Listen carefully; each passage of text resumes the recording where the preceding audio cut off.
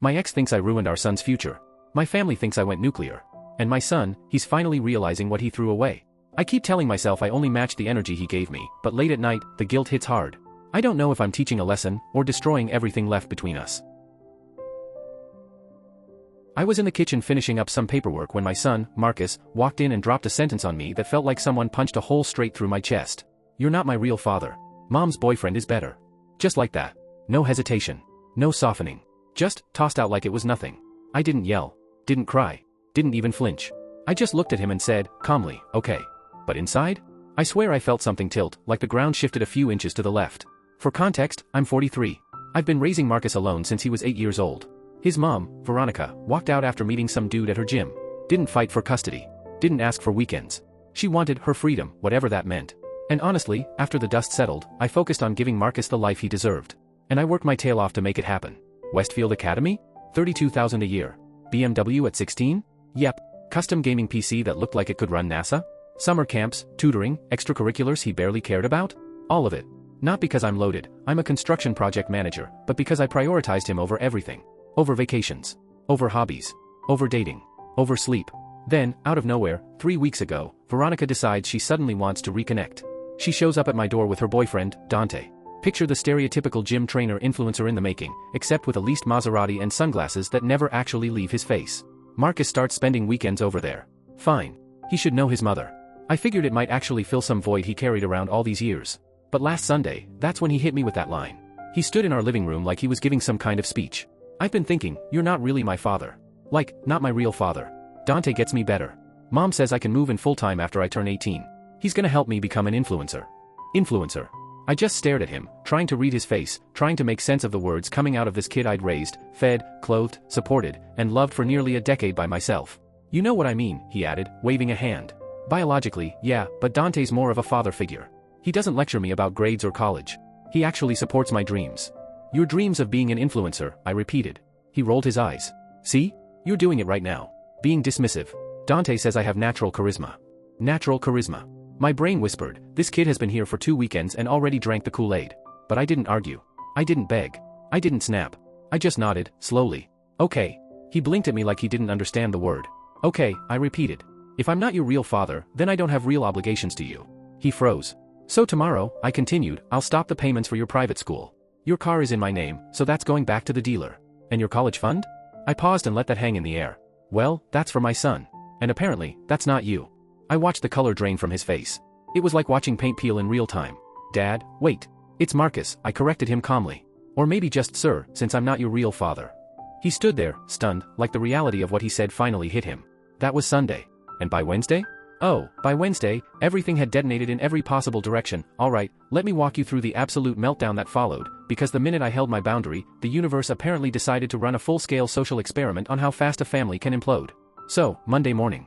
I woke up early, made coffee, stared at the wall for a full minute like I was rebooting, and then picked up the phone and called Westfield Academy. I told them, very politely, that I would no longer be providing financial support for Marcus' tuition. Effective immediately. They didn't argue. They didn't guilt-trip me. They just said Marcus would have 5 days, to find another source of payment or he'd be unenrolled. I hung up, took a breath, then grabbed the BMW keys off the counter. By noon, the car was listed on Carvana. By 1 p.m., they'd already given me an offer, 28 grand.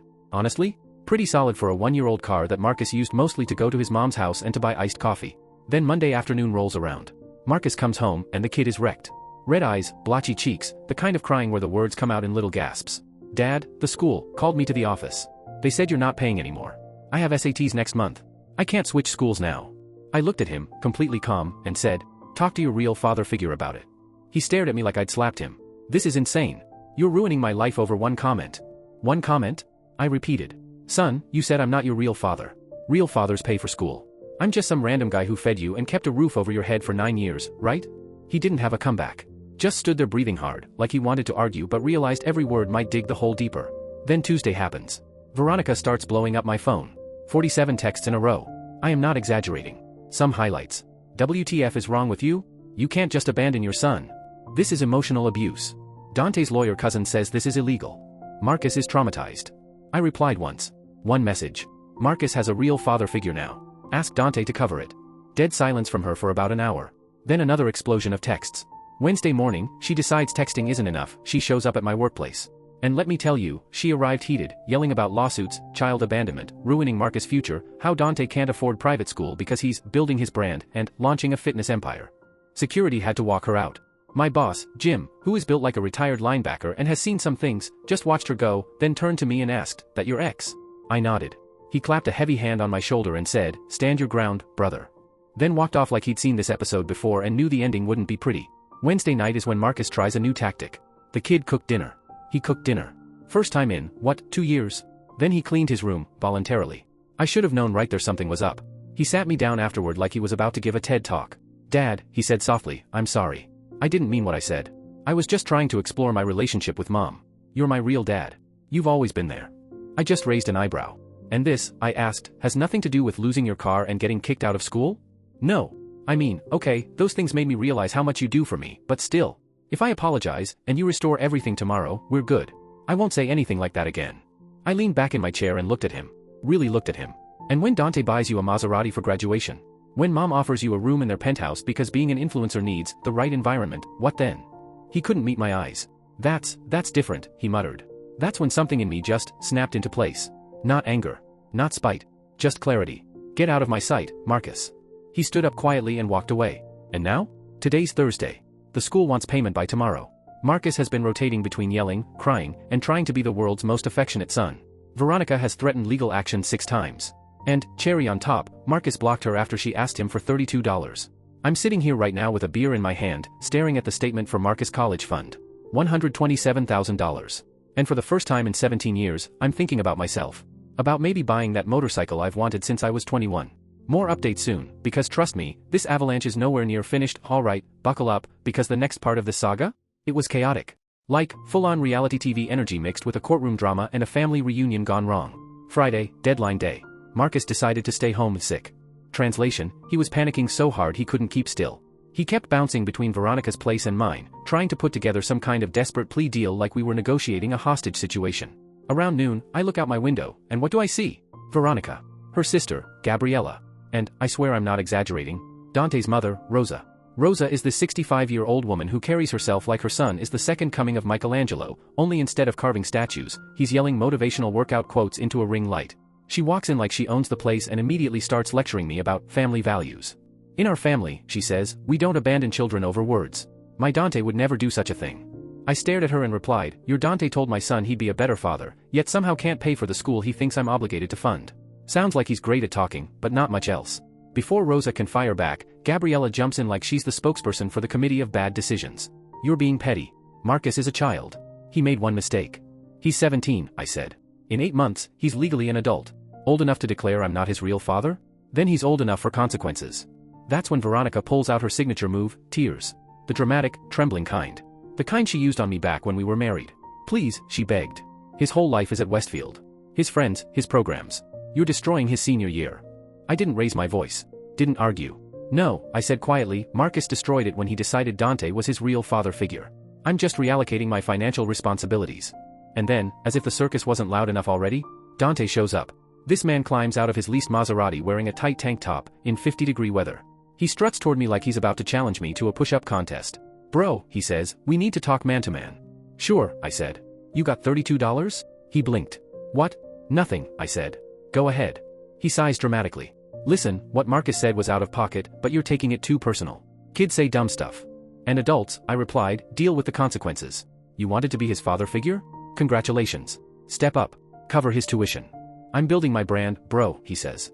"I got 3 fitness clients right now." And then, I cut him off. "You can't afford to be anybody's father figure. Get off my property."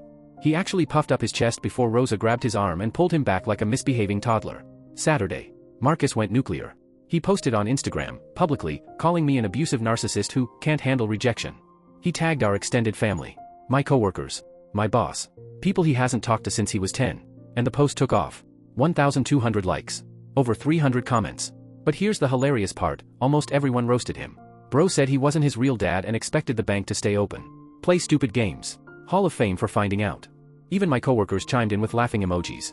Of course, Veronica's side of the family started attacking me in the comments, calling me heartless, abusive, a monster. My brother Carlos texted. "Just saw Marcus post. Want me to comment?" I replied, "Nah. Let him cook." Carlos, by the way, I'm unfollowing him. Kid's an ungrateful punk. Sunday morning. Marcus gets the notification, he's officially withdrawn from Westfield.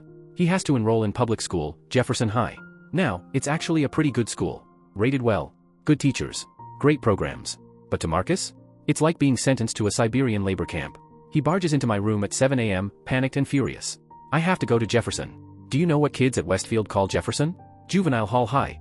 Sounds like a personal problem, I tell him. I'll never get into Columbia now. My whole academic career is ruined.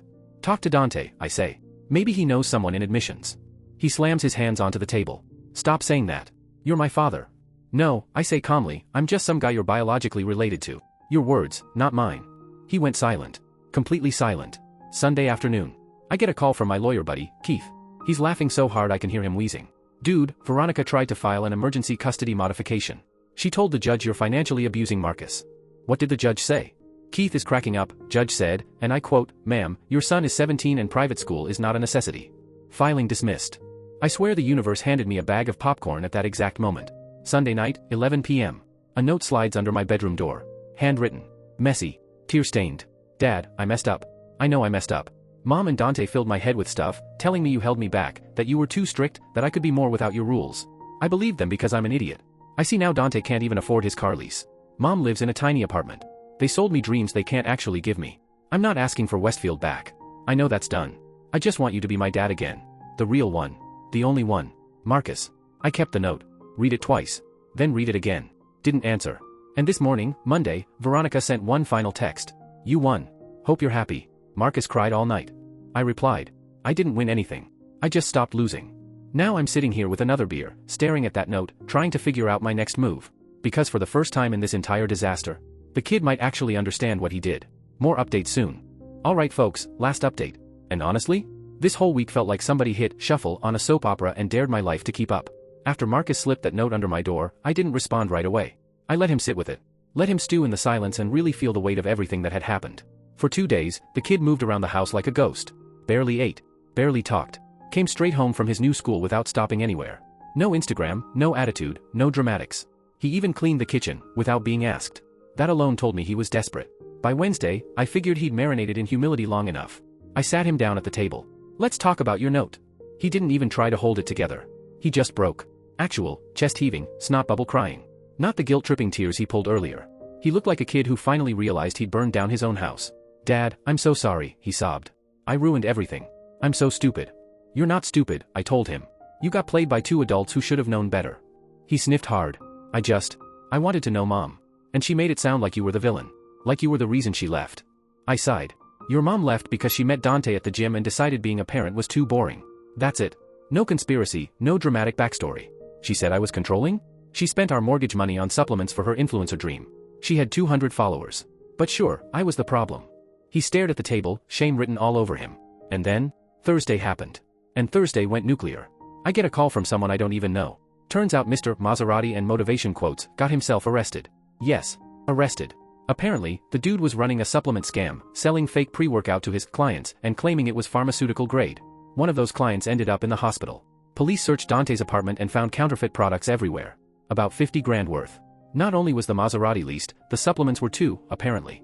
Veronica immediately calls me, shrieking like the house is on fire. This is your fault. If you hadn't been so petty with Marcus, I wouldn't have pressured Dante about money. He only did this because I was stressing him. So your boyfriend commits fraud, I said, and somehow that circles back to me? Impressive gymnastics, Veronica. I need money for his bail, she says. I laughed so hard I had to sit down. Ask his mother, I told her. She seems convinced he walks on water. Friday was senior skip day at Marcus' new school, Jefferson High. But the kid actually went. Willingly. He walked through the door that afternoon looking, weirdly calm. It's actually not that bad, he said. The kids there are more real. Less stuck up. He hesitated. There's this girl? Maya. She's in my AP Calc class. She's really smart. Oh? I said. What does Maya think of your little Instagram meltdown? She said she saw the post. Then she told me I was an entitled jerk who got exactly what I deserved. I snorted. Sounds like a very smart girl. I think I like her, he admitted quietly. Focus on graduating first, Romeo.